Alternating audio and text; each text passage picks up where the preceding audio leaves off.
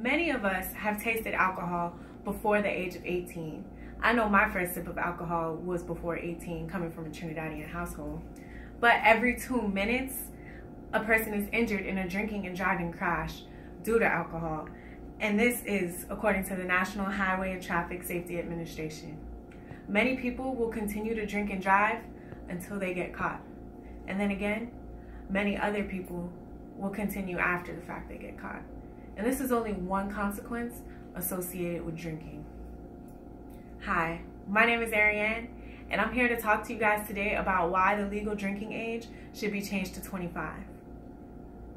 It is imperative that we change the legal drinking age to 25 because after my speech, you will learn the discipline and the safety that will be involved once we raise the legal drinking age.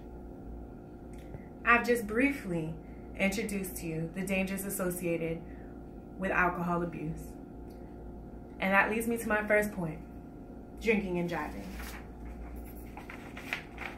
A study conducted by William DeJong, a professor at Boston University, shows that an estimated 900 lives are saved annually due to fewer alcohol-related incidents because they raised the legal drinking age and the minors weren't allowed to drink anymore. Many of you probably didn't even know that the legal drinking age was not always 21. As a matter of fact, according to the U.S. News article, around the time of the Vietnam War, the legal drinking age was 18. But they quickly reversed that when they realized all the traffic incidents and the drunk driving crashes that were occurring due to the underage people being able to access alcohol. After the rise in crashes and incidents, President Reagan decided to raise the age nationwide to 21 to keep the streets safer. And according to the Daily Telegraph, 16% of car crashes and drinking and driving incidents have dropped just because of that 3-year difference. And that is phenomenal. In the US, you only have to be 16 to get a license.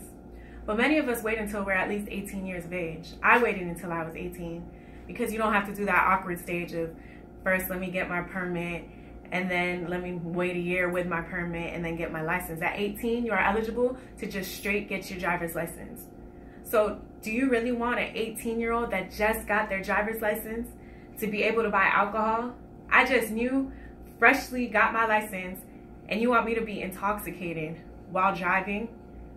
That's unsafe. Talk about dangerous. Now, if you take a look at the next slide, nearly 1/3 of driving deaths, of drunk driving deaths, happen between the ages of 16 and 20. All the numbers on this slide are ridiculous if you take a look. And then 1 in 6 teens binge drink as well. Now that I've associated the legal drinking age with drinking and driving, let us talk about the health risks associated with it. The brain is not even fully developed until the age of 25. And that is exactly why I picked 25 to be the age that we restrict the drinking age to. If you drink heavily before the age of 25, that can cause severe damage to your brain. It can impair memories, coordination, and motor skills. And your motor skills are just your basic bodily movements. So do you really want to take that risk and impair your motor skills? When you drink too much, you can cause damage to your liver and also get alcohol poisoning. So if you start drinking at a young age, the effects will be longer lasting. You will have greater effects if you started drinking at a later age. So not only does it affect your physical health, but it can also affect your mental health. Because according to the Healthline experts, alcohol changes the level of serotonin in your brain. And psychology has taught me that serotonin is what affects your mood and your social behavior. So if the serotonin is affected by alcohol and the serotonin is what affects your mood and your social behavior, that can also affect your anxiety. Your anxiety levels will begin to rise. And even after the alcohol effects wear off, your anxiety will still remain there. Also, alcohol is a depressant. It not only brings anxiety, it brings depression. Many teens and young people go out and drink and have fun and be social just as adults do, but they get the same consequences as adults at a younger age. As you can see, my next slide are many of the dangerous health effects that is brought with drinking alcohol at a young age.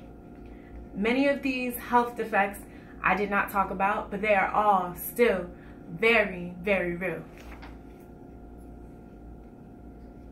Now, aside from all the health issues tied to drinking, Americans just are not responsible enough for a younger drinking age.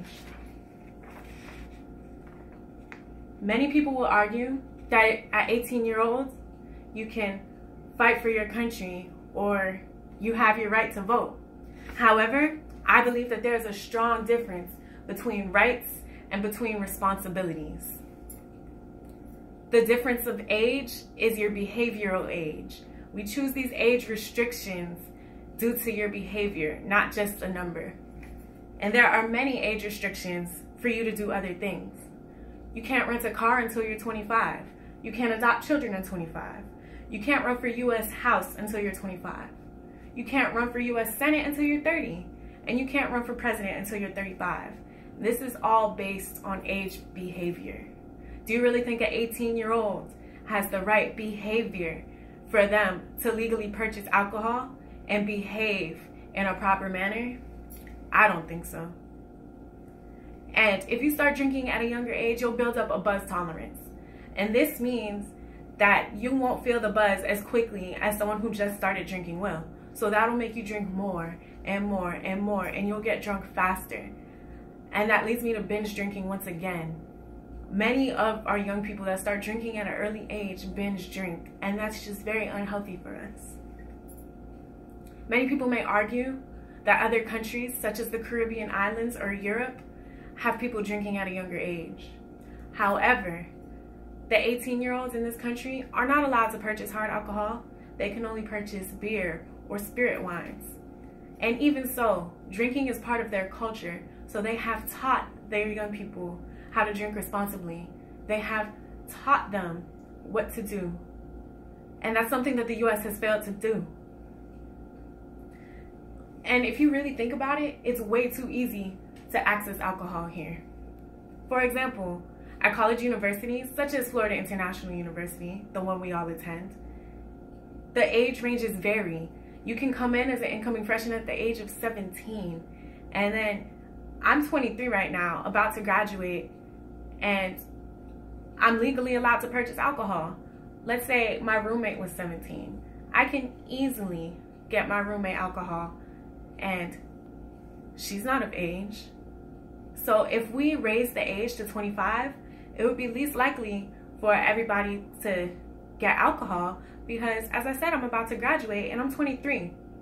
So if the legal age was 25, it would be a little bit harder for alcohol to be accessed. So as you can see, as Americans, we clearly can't handle the legal drinking age at 21 already, let alone lower it to the age of 18. Raising the legal drinking age to 25 should be considered instead. Once the drinking age is raised, drinking and driving rates will drop. We will be a lot healthier as a whole, and responsibility will be at its all-time highest. Thank you.